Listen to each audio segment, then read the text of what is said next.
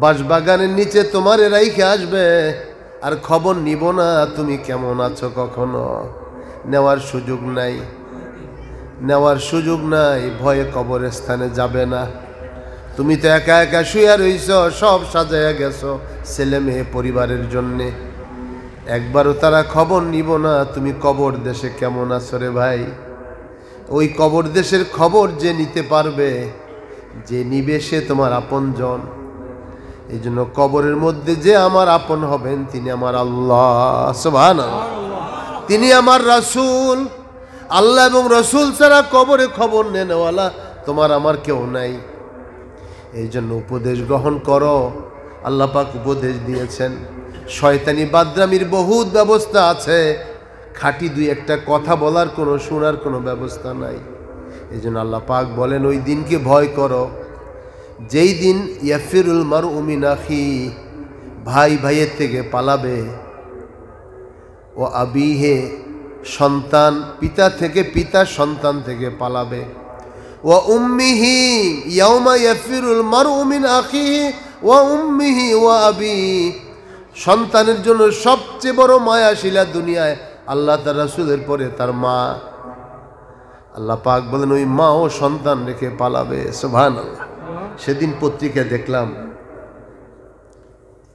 ট্রেনে আগুন দেওয়া হয়েছে, কে বা কারা সেটা তো আপনারা জানেন, পত্রিকায় দেখেছেন।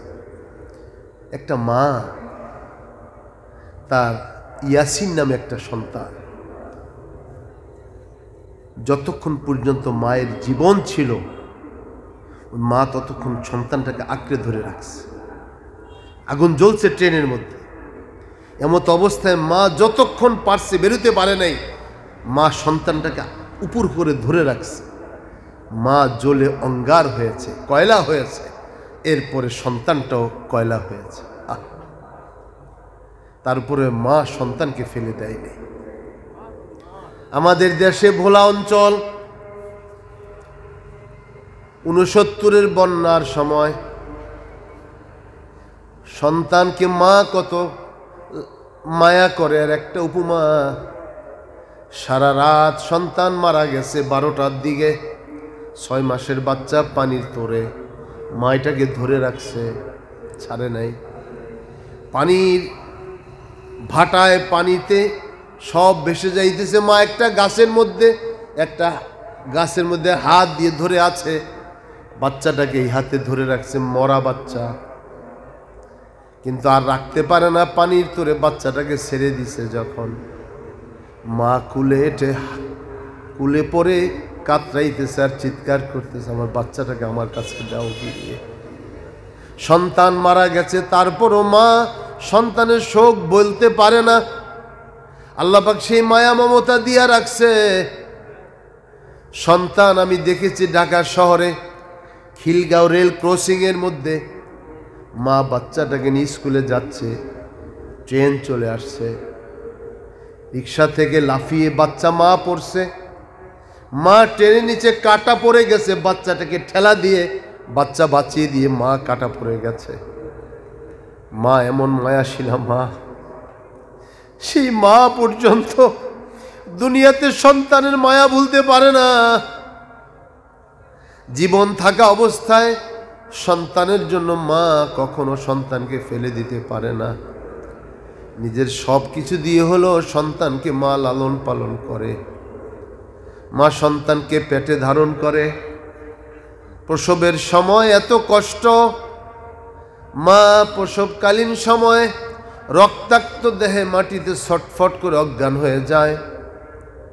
আবার যখন জ্ঞান আসে, দুখানা হাত বাড়িয়ে দিয়ে বলে, কে আছো? আমার বাচ্চাটাকে আমার কোলে দাও। সাথে সাথে মা ওই আমাদের চেহারার দিকে রক্ত মাখা শরীর, মা 10 মাস 10 দিন আমাদের পেটে ধারণ করার কারণে মা ক্লান্ত শ্রান্ত হয়ে গেছে। তারপর আমাদের চেহারার দিকে দেখে মা সব কষ্ট ভুলে যায়। সেই মা জননী, মা দুঃখিনী, দুনিয়া এত আমাদের মায়া করে, নিজে না খেয়ে আমাদের খাওয়ায়, সারাদিন কাজ করে খাবার দাবার সকলকে দিয়ে মা খালি প্লেটে ঝোল দিয়ে, একটু মুরগির পা দিয়ে, একটু আলু দিয়ে খেয়ে তৃপ্ত হয়ে যায়। ওই মা এত কষ্ট করে, বাপ আমাদের জন্য জীবনের এত ত্যাগ স্বীকার করে। আল্লাহ পাক বলতেছেন, এ আল্লাহর বান্দা বান্দিরা স্মরণ করো, ইয়াউমা ইয়াফিরুল মারউ মিন আখি, ওই দিনকে ভয় করো, ওই দিনকে ভয় করো যেই দিন ভাই ভাইকে রেখে পালাবে, মা তার সন্তান রেখে পালাবে, বাপ তার সন্তান রেখে পালাবে। যেই সহধর্মিনীকে ভালোবেসে সংসার করি আমরা, সেই সহধর্মিনী অথবা স্বামী স্ত্রী রেখে পালাবে, স্ত্রী স্বামীকে রেখে পালাবে। ও বানি, যেই সন্তানের জন্য আমার জীবনের সব কিছু পানি করতেছি, সেই সন্তান পিতামাতা রেখে পালাবে, কেউ কার উপকার করতে পারবে না। আজকে যাদেরকে মনে করি তারা আমার উপকার করবে, সে আমার এটা করবে ওটা করবে, অযথা। আল্লাহ পাক বলতেছেন, যাদের প্রতি তোমার সবচেয়ে বড় এহসান তারাই তোমার কিছু করতে পারবে না। অমুক নেতায় আমারে বাঁচাবে, অমুকে আমারে কি করবে, কিছুই করতে পারবে না। পিছিয়ে পিছিয়ে ঘুরতে পারবা, বেলা বিস্কুট আর মুড়ি আর চা খাইতে পারবা, এর চেয়ে আর বেশি কিছু হবে না। মনে রাখবে, শুধু শুধু মরিচিকার পিছনে দৌড়াইতেছি সব পাগলের মতো। আল্লাহ পাক বলেন, লিকুল্লি ইমরিইম মিনহুম শাআনুন ইউগনি, ওই দিন প্রত্যেকে আপন আপন অবস্থা নিয়ে ব্যস্ত থাকবে। হাত্তাকে নবী পয়গাম্বররা পর্যন্ত নফসি নফসি করবে, সমস্ত উম্মত দৌড়াইতে থাকবে, কার কাছে গেলে মুক্তি পাবো, কার কাছে গেলে মুক্তি পাবো। বলবে, চলো আমরা আদম আলাইহিস সালামের কাছে যাই। তিনি আবুল বাশার হইতেছেন, তিনি আবুল বাশার হইতেছেন, তার কাছে যাই। সব মানুষ দৌড়ে যাবে আবুল বাশারের কাছে। যাওয়া মাত্র আদম আলাইহিস সালাম বলবেন, আনা লাস্তু লাহা, আমি সুপারিশের যোগ্য নই, আমি একটা গুনাহ করে 350 বছর কেঁদেছি আল্লাহর কাছে, আমি গুনাহগার, আমি আল্লাহর কাছে সুপারিশ করতে পারব। তোমরা নূহ নবীর কাছে যাও। নূহ নবী শরীয়তের নবী, লোকেরা দৌড়াবে সেখানে। আল্লাহর নবী নূহুর কাছে যখন যাবেন, তিনি বলবেন, আমিও পারবো না, আমি আমার ছেলের জন্য আল্লাহর কাছে বলছিলাম, আমার ছেলে তো কাফের ছিল। আমি বলাতে আল্লাহ পাক বলছেন, ইয়া নূহ, সে তোমার সন্তান নয়, সে তোমার সুসন্তান নয়, সে তোমার আহাল না। আমি আল্লাহর কাছে সুপারিশ করি, ভুল করেছি, আমি পারবো না, তোমরা যাও। হযরতে মূসা আলাইহিস সালামের কাছে যাও, ইব্রাহিম আলাইহিস সালামের কাছে যাও। ইব্রাহিম আলাইহিস সালামের কাছে আসবে, তিনি বলবেন, আমিও পারবো না, আমি আল্লাহ পাকের কাছে, আমি যে কথাগুলো বলেছি, আমি আল্লাহ পাকের কাছে নিজেকে বাঁচানোর জন্য ব্যস্ত আছি। তোমরা এরকম করে সকলেই বলবে। শেষ পর্যন্ত ঈসা নবীর কাছে পাঠাবে, তিনি বলবেন, আমিও পারবো না, তোমরা মুহাম্মদুর রাসূলুল্লাহ সাল্লাল্লাহু আলাইহি ওয়াসাল্লামের কাছে যাও, তিনিই পারবেন। নবীজির কাছে যখন আসবে, নবীজি বলবেন, আনা লাহা, আনা লাহা, আমি সুপারিশকারী, আমি করতে পারবো, আর কেউ পারবে না। নবীজি বলবেন, আমি আল্লাহর কাছে আমার দোয়াটা রেখে দিয়েছিলাম, দুনিয়ার সব পয়গাম্বর দোয়া ব্যবহার করছে, আমি ব্যবহার করি নাই, আমি আজকে আমার উম্মতের নাজাতের জন্য ব্যবহার করব। সুবহানাল্লাহ। আজকে হাজিরিন, আল্লাহ নবী আলাইহিস সালাতু ওয়াস সালাম এজন্যই বলেন যে আল্লাহ তাআলা আমাকে উপদেশ দিয়েছেন, আমিও তোমাদেরকে উপদেশ দিয়ে যাই। আল্লাহ পাক বলেন, ওই দিন কেউ কারো উপকার করতে পারবে না, একমাত্র আমি আল্লাহ পাক যাকে ওই দিন মুক্তি দিব আমার দয়া ও রহমতে, আমার হাবিবের সদকায়, সেই মুক্তি পাবে। সুতরাং আমাদের পথ একটাই, আল্লাহর হাবিবের উসিলা নিয়ে আল্লাহর কাছে দোয়া করা, তওবা করা, মাফি চাওয়া। আল্লাহ রাব্বুল আলামিন বলেন, লিকুল্লি ইমরিইম মিনহুম ইয়াউমাইযিন শাআনুন ইউগনি, ওই দিন প্রতিটি মানুষ আপন আপন অবস্থা নিয়ে ব্যস্ত থাকবে। আর হাসরের ময়দান যখন কায়েম হবে, তখন কেউ পাও নাড়াইতে পারবে না। আজকে এই বিদায়ী বছরের বিদায়ী দিনে এই উপদেশগুলো গ্রহণ করি নিজেদের জন্যে। আল্লাহ নবী বলেন, লান তাজুলা কাদাম ইবনে আদম বনি আদমের কদম নড়বে না। হাত্তা ইউসআলা আন আরবাইন, 4টা প্রশ্নের জবাব দেওয়া ছাড়া কোনো বনি আদম কদম নাড়াইতে পারবে না হাশরের ময়দানে। তুমি যত বড় বাহাদুরি হও না কেন, এই 4টা প্রশ্নের জবাব তোমাকে দিতে হবে।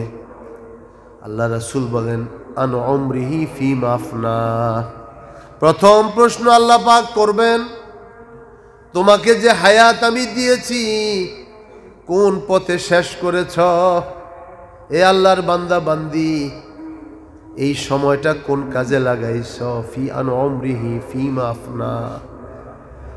তোমার জিন্দেগির 60-70 বছরের হায়াত, বালেগ হওয়ার পর থেকে মৃত্যু পর্যন্ত এই সময়টা কোন কাজে লাগাইছ? প্রথম প্রশ্ন হবে। এই প্রশ্নের জবাব দেওয়া ছাড়া চুল পরিমাণ কেউ কদম নাড়াইতে পারবে না। আন উমরিহি ফীমা আফনা, তোমার হায়াত কোন কাজে তুমি ব্যয় করেছ, কি পরিমাণ লাফাল দিছ, সব আল্লাহ পাক সেই দিন ধরা পড়িয়া যাইবা। আল্লাহ পাক বলেন, আন উমরিহি ফীমা আফনা, তোমার হায়াতের এই হায়াতকে কোন কাজে লাগাইছ? জীবনের প্রথমে নালে যৌবনের কারণে তারুণ্যার উন্মাদনায় পাগলামি করছ, শেষ পর্যন্ত কি পাগলামি বাকি থাকলো? তোমার 60 বছর বয়স হয়ে গেছে, এখনো মুখে দাড়ি রাখো না, কবে রাখবা তুমি? এখনো সুন্নত মোতাবেক জামা কাপড় পরো না, কবে পরবা তুমি? এখনো টুপি মাথায় দাও না, কবে পরবা তুমি? এখনো পাগড়ি মাথায় দাও না, কবে দিবা তুমি? এখনো পর্দায় যাও না, কবে পর্দায় যাইবা তুমি? এখনো তোমার সংশোধন হয় না, কবে তোমার সংশোধন হবে? এখনো বিড়ি সিগারেটের টান দাও, কেন টান দাও? এখনো সময়, এখনো কি বাকি আছে তোমার পাগলামির? দাড়ি সাদা হইয়া গেছে, এখনো কি মানুষের পিছনে পিছনে অন্যায় পথে চলার সুযোগ কি তোমার আছে? এজন্য আল্লাহ রাব্বুল আলামিন ওই দিন প্রথম প্রশ্ন করবেন, উমরিহি ফীমা আফনা, তোমার হায়াত তুমি কোন কাজে ব্যয় করেছ? ওয়া আন শাবাবিহি ফীমা আবলা, দ্বিতীয় প্রশ্ন হবে, যৌবন কোন কাজে লাগাইছ? আজকে তো বৃদ্ধ হয়ে গেছো বলে মসজিদে যাইতে পারো না, তুমি যৌবন কাল যখন ছিল তখন তুমি যাইতে পারতা। এই জন্য জওয়ানকালে ইবাদত করা বৃদ্ধকালের চেয়ে 70 গুণ বেশি সওয়াব হয়। সুবহানাল্লাহ। দর জওয়ানি তওবা করদন শিওয়ে পয়গম্বরি, ওক্তে পীরি গরগে জালিম মিশাওয়াদ পরহেজগারি। জওয়ানকালে ইবাদত করা পয়গম্বরি সুন্নত, বৃদ্ধকালে জালেম ও মসজিদে যে ইবাদত গুজার হয়। বৃদ্ধকালে তসবিহ নিয়ে মসজিদে গিয়া বসে, সব জায়গার ইন্দুর খেয়ে এখন বিড়াল হজে রওনা হয়েছে, আছে না নাই? সব জায়গার চুহা, চুহা মানে ইঁদুর, সবখানে চুহা খেয়ে বিল্লি এখন হজে রওনা হয়েছে। এই জন্য কবি বলেন, শেষ হয়ে মাশাআল্লাহ, একজন টাকা দিছে, আলহামদুলিল্লাহ। আমারও কি সময় শেষ হয়ে গেছে? জিলাল দিছে, মাশাআল্লাহ। শেষ করি তারপরে। আলহামদুলিল্লাহ, আমারও সময় শেষ হয়ে গেছে। আবার ঢাকায় ফিরতে হবে, আপনাদেরকে বাসায় যেতে হবে, কারো সময় নাই, এর মধ্যেই করতে হবে। বলেন আলহামদুলিল্লাহ। আল্লাহ রাব্বুল ইজ্জতুল জালাল দ্বিতীয় প্রশ্ন করবেন, আন শাবাবি ফীমা আবলা, যৌবন তুমি কোন কাজে নষ্ট করেছ? কতদিন কোন মেয়ে ছেলের পিছে ঘুরছ? আমি মাওলার কাছে সব রেকর্ড আছে। তুমি যদি বৈধ পন্থায় বিয়ে শাদী করে নাও, আমি তোমার প্রতিটি কাজে আমি সওয়াব দিব, আর তুমি যদি অন্যায় পথে ঘুরো এটার গুনাহ হবে। এই জন্য আল্লাহ পাক প্রশ্ন করবেন, যৌবন কোন কাজে তুমি শেষ করেছ? 3 নম্বর আল্লাহ পাক প্রশ্ন করবেন, যেই প্রশ্নগুলোর জবাব দেওয়া ছাড়া কোনো মানুষ কদম নাড়তে পারবে না। 3 নম্বর প্রশ্ন হবে, আন ইলমিহি আন মালিহি মা মিন আইনা ইকতাসাবাহু ওয়া আইনা আনফাকা, তুমি সম্পদ কোন পথে আর্ন করেছ, কোন পথে ব্যয় করেছ? সুবহানাল্লাহ। কি কঠিন প্রশ্ন, কি কঠিন প্রশ্ন। আজকে তো আমরা মনে করি দুদকের কথা দুদক ফাঁকি দিয়ে দিছি, সমস্ত ক্ষমতা নিয়ে অপব্যবহার করে যা ইচ্ছা তাই করেছি। সবই সম্ভব দুনিয়াতে, আদালতে আখিরাতে কিছুই সম্ভব না। আল্লাহ পাক জিজ্ঞাসা করেন মালিহি, তোমার মাল উপার্জন যে করছো কোন পথে উপার্জন করছো, কোন পথে ব্যয় করছো, এটার জবাব দেওয়া ছাড়া আমার এখান থেকে এক চুলো কদম নাড়াইতে পারবা না। হযরত রাসূল পাক সাল্লাল্লাহু আলাইহি ওয়াসাল্লাম বলেন লান তাজুলা কদম ইবনে আদম, বনি আদম এই চারটা প্রশ্নের জবাব দেওয়া ছাড়া পথ নাড়তে পারবে না। এক নম্বর, তার হায়াত কোন কাজে ব্যয় করেছে, তার যৌবন কোন কাজে শেষ করেছে, তার সম্পদ কোন পথ থেকে আয় করেছে, কোন পথে ব্যয় করেছে। 4 নম্বর, আনা ইলমিহি মাজা আমেলা বিহি, যা জেনেছে সে অনুযায়ী কতটুকুন আমল করেছে, যা জানছে অনুযায়ী কতটুকুন পালন করছে। এই 4টা উত্তর দেওয়া ছাড়া মানুষ কদম নড়তে পারবে না। এর জন্য আসুন আল্লাহর হাবিব সাল্লাল্লাহু আলাইহি ওয়াসাল্লামের কটা উপদেশের কথা শুনি। আমি দোয়ার দিকে যাচ্ছি। আল্লাহ রাসূল সাল্লাল্লাহু আলাইহি ওয়াসাল্লাম বলেন আমারানি রব্বি, আমার রব আমাকে উপদেশ দিয়েছেন, আমি সেই উপদেশ তোমাদেরকে দিয়ে গেলাম। সুবহানাল্লাহ। আল্লাহ নবী বলেন আমারানি রব্বি বিতিসইন, আমার রব আমাকে 9টা বিষয় উপদেশ দিয়েছেন, আমি সেই উপদেশ তোমাদের জন্য রেখে গেলাম। আজকে এই কথাগুলো শুনে আমলের নিয়তে শুনে যাই। আমারানি রব্বি বিতিসইন, আমার রব আমাকে 9টা উপদেশ দিয়েছেন। খুব সংক্ষেপে উপদেশগুলো শুনে নেই, কাজে লাগবে রে ভাই। আল্লাহ নবী বলেন আমারানি বিতিসইন, আল্লাহ আমাকে 9টা উপদেশ দিয়েছেন। প্রথম উপদেশ দিয়েছেন খাশিয়াতুল্লাহ ফিস সিররি ওয়াল আলান, প্রকাশ্যে অপ্রকাশ্যে যেন আল্লাহকে ভয় করি। সুবহানাল্লাহ। কাকে ভয় করি? জোরে বলেন কাকে? আজকে প্রকাশ্যে বাহিরে গুনাহ করি না, মানুষ কি বলবে? অন্ধকারের লোকের অন্তরালে যে আমরা অনেক গুনাহ করে ফেলি। রোজার দিন বাহিরে খাই না, মানুষ খারাপ বলবে। ঘরের মধ্যে যে খাই, বাহিরে যে আল্লাহ আমাকে দেখতেছেন, ঘরের মধ্যে সে আল্লাহ দেখতেছেন। দেখতেছেন না? দেখতেছেন। আপনার অন্তরের মধ্যে যদি খাশিয়াতুল্লাহ ধরে রাখতে পারেন, আল্লাহর ভয়, প্রকাশ্য অপ্রকাশ্যে আপনার দ্বারা কখনো গুনাহ হবে না। আপনি যদি মনে করেন বাহিরে আল্লাহ আমাকে দেখে, ঘরের মধ্যে দেখে না, ভুল করবেন। এজন্য নর নারী সকলের জন্য উপদেশ, আমরা যেন আল্লাহকে প্রকাশ্যে অপ্রকাশ্যে ভয় করি। কাকে ভয় করব? নবীজি বলেন আমারানি রব্বি, আমার রব আমাকে আদেশ করেছেন খাশিয়াতুল্লাহ ফিস সিররি ওয়াল আলান, প্রকাশ্য অপ্রকাশ্যে যেন আল্লাহ তাআলাকে ভয় করি। কেমন ভয়? হযরত ওমর ফারুক রাদিয়াল্লাহু আনহু তখন খেলাফতে আসেন, খলিফাতুল মুসলিমিন। এমন সময় আলী কাররামাল্লাহু ওয়াজহু, ইসলামের 4র্থ খলিফা, তার কাছে আসছেন। এসে বলতেছেন আমিরুল মুমিনিন, আমি কিছু কথা বলবো আপনার সাথে। ওমর রাদিয়াল্লাহু আনহুকে আলী রাদিয়াল্লাহু আনহু বলতেছেন আমি কিছু কথা বলবো আপনার সাথে।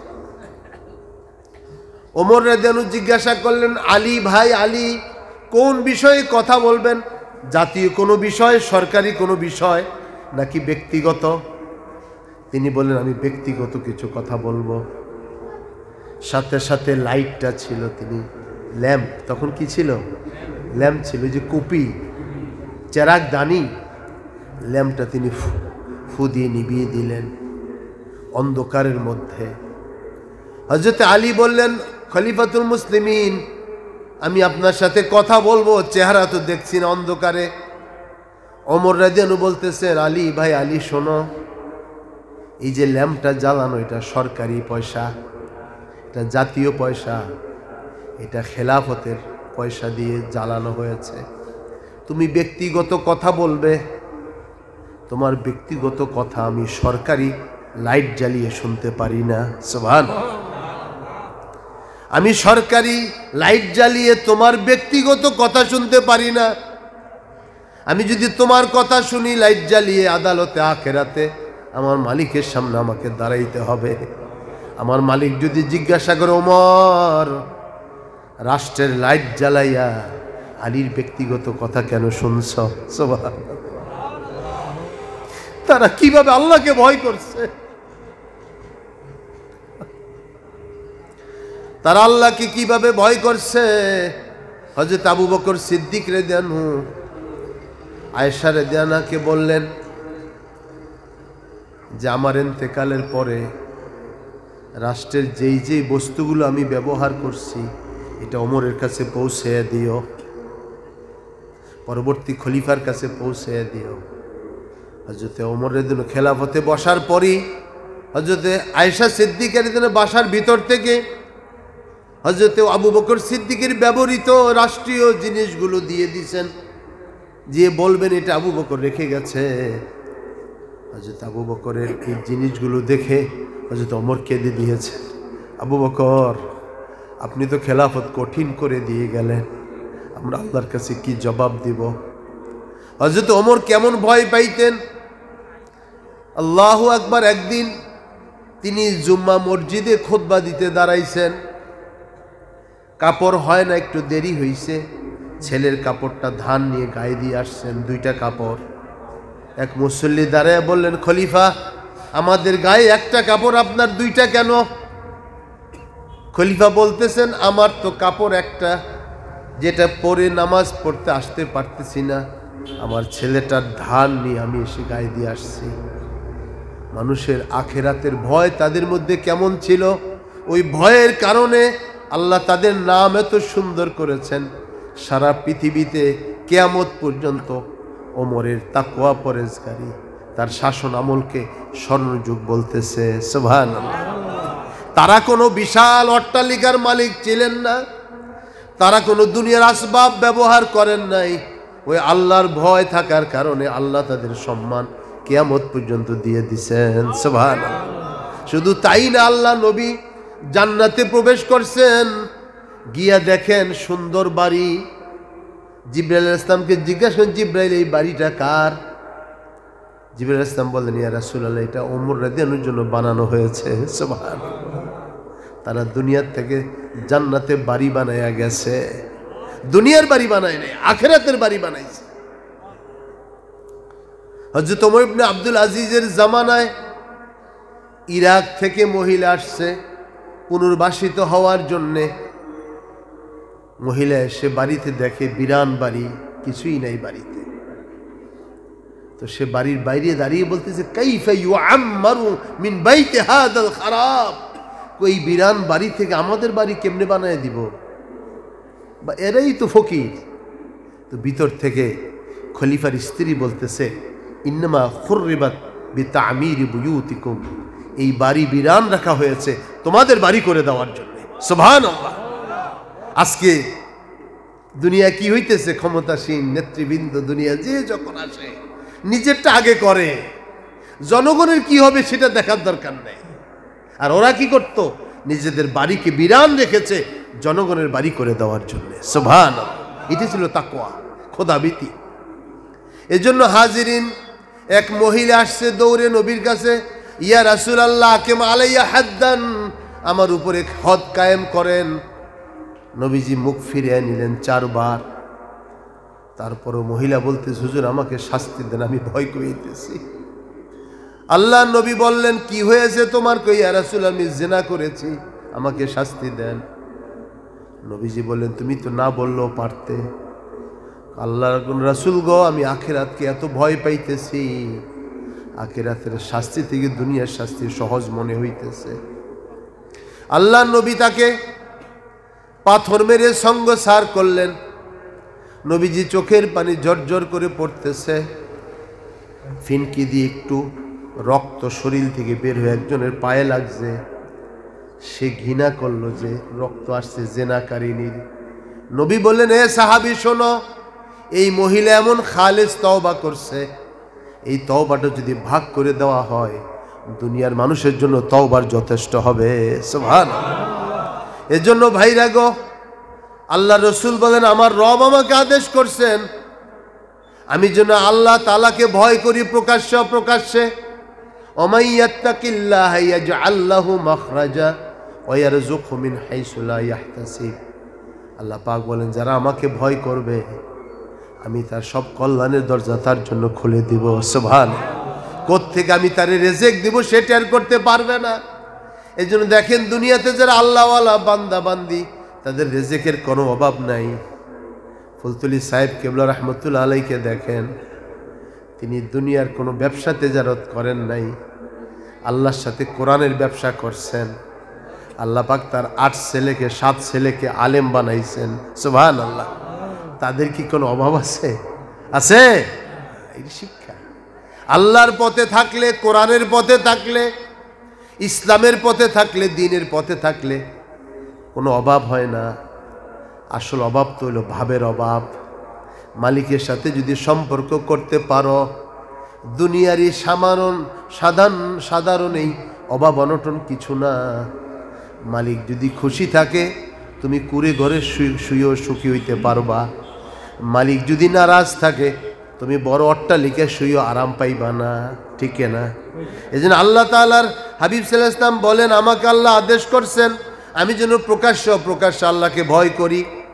2 নম্বরে কালিমাতুল আদলি ফিল গাদাবি ওয়ার রিদা, সন্তুষ্টি অসন্তুষ্টি সর্ব অবস্থায় যেন আমি সঠিক কথাটা বলি। সুবহানাল্লাহ।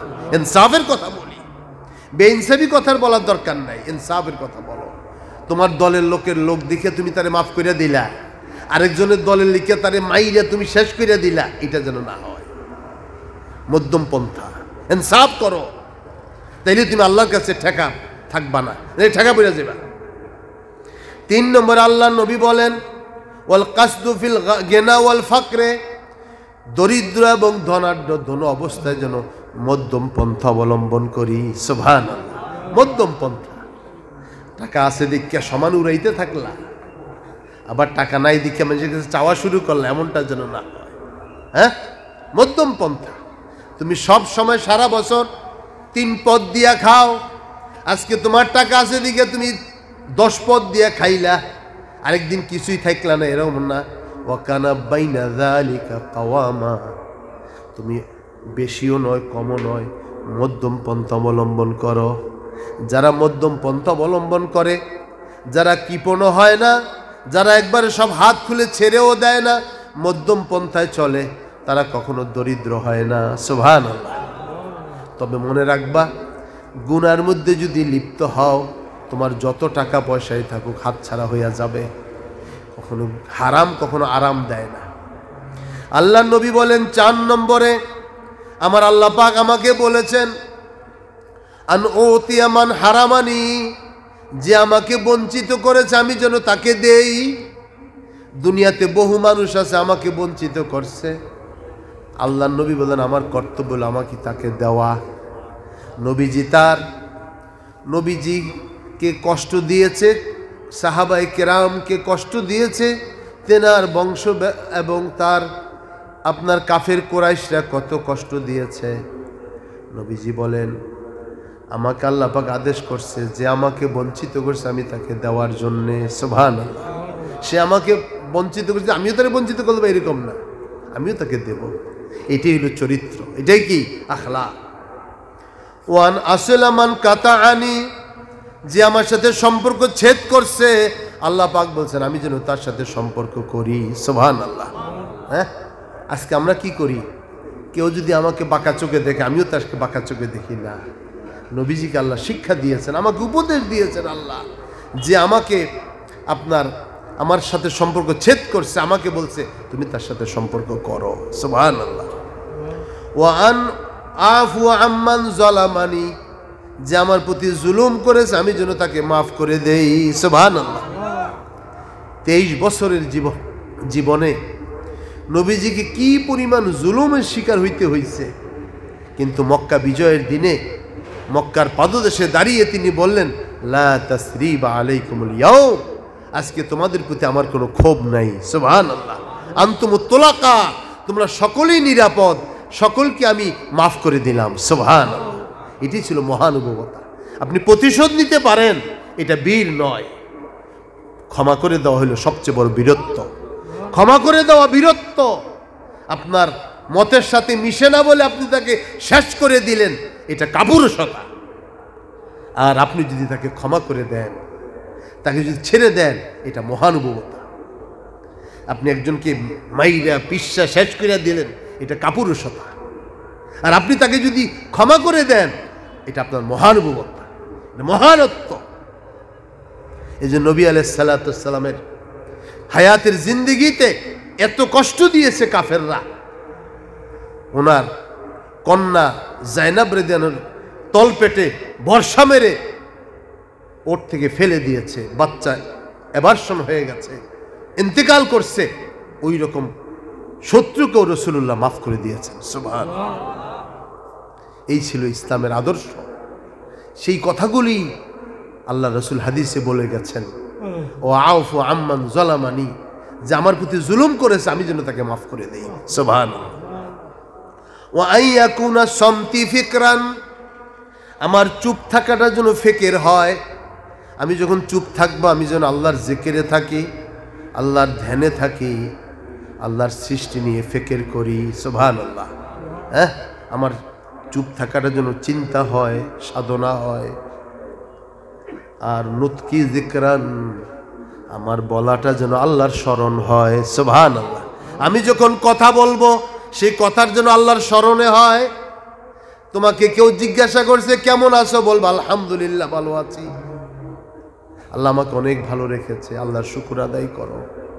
জবান যতক্ষণ খোলা থাকবে সুবহানাল্লাহি ওয়া বিহামদিহি সুবহানাল্লাহিল আযীম পড়ো, সুবহানাল্লাহ আলহামদুলিল্লাহ আল্লাহু আকবার লা ইলাহা ইল্লাল্লাহ পড়ো, আল্লাহর জিকির করো, তিলাওয়াত করো, তাসবিহাত পড়ো, তওবা করো, নবীর প্রতি দুরূদ শরীফ পড়ে ইস্তেগফার করো।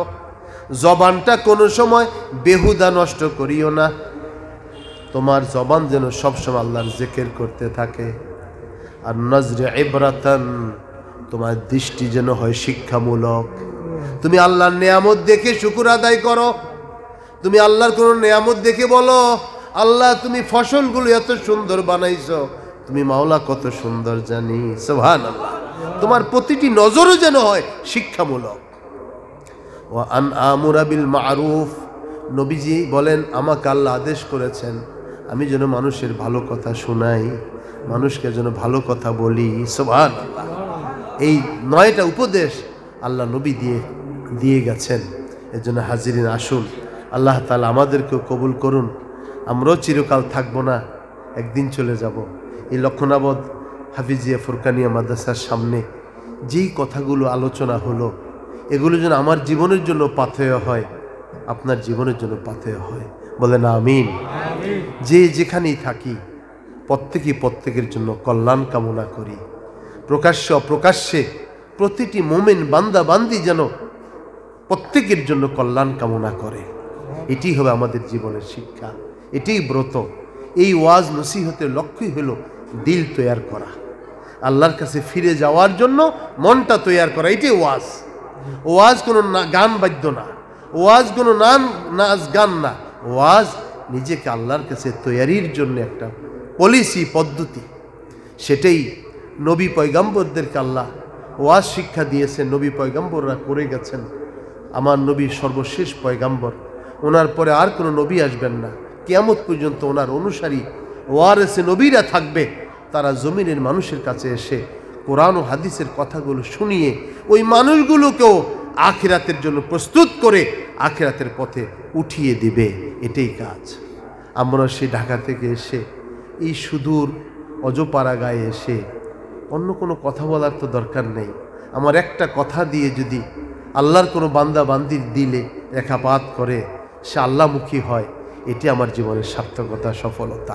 হয়তো আর জীবনে কখনো আপনাদের সাথে দেখা নাও হতে পারে, আবার আগামী বছর যদি আল্লাহ কিসমতে রাখে আপনাদের মধ্যে অনেকেই বিদায় হয়ে যাবে, ঠিক কি না? এজন্য প্রতিটা সময়কে গনিমত মনে করি, প্রতিটা সময়কে কাজে লাগানোর চেষ্টা করি।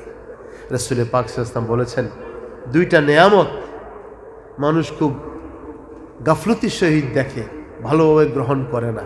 একটা সুস্থতা, একটা অবসর। নেয়ামাতান মাকবুনুন ফিহিমা কাসীরুম মিনান নাস। দুইটা নেয়ামত, একটা সুস্থতা, একটা অবসর। এটাকে মানুষ মূল্যায়ন করতে চায় না, তো এটা সবচেয়ে বড় দামি, সবচেয়ে বেশি প্রয়োজন। যতক্ষণ সুস্থ আছেন, অসুস্থ হইলে বুঝবেন সুস্থতার কত দাম।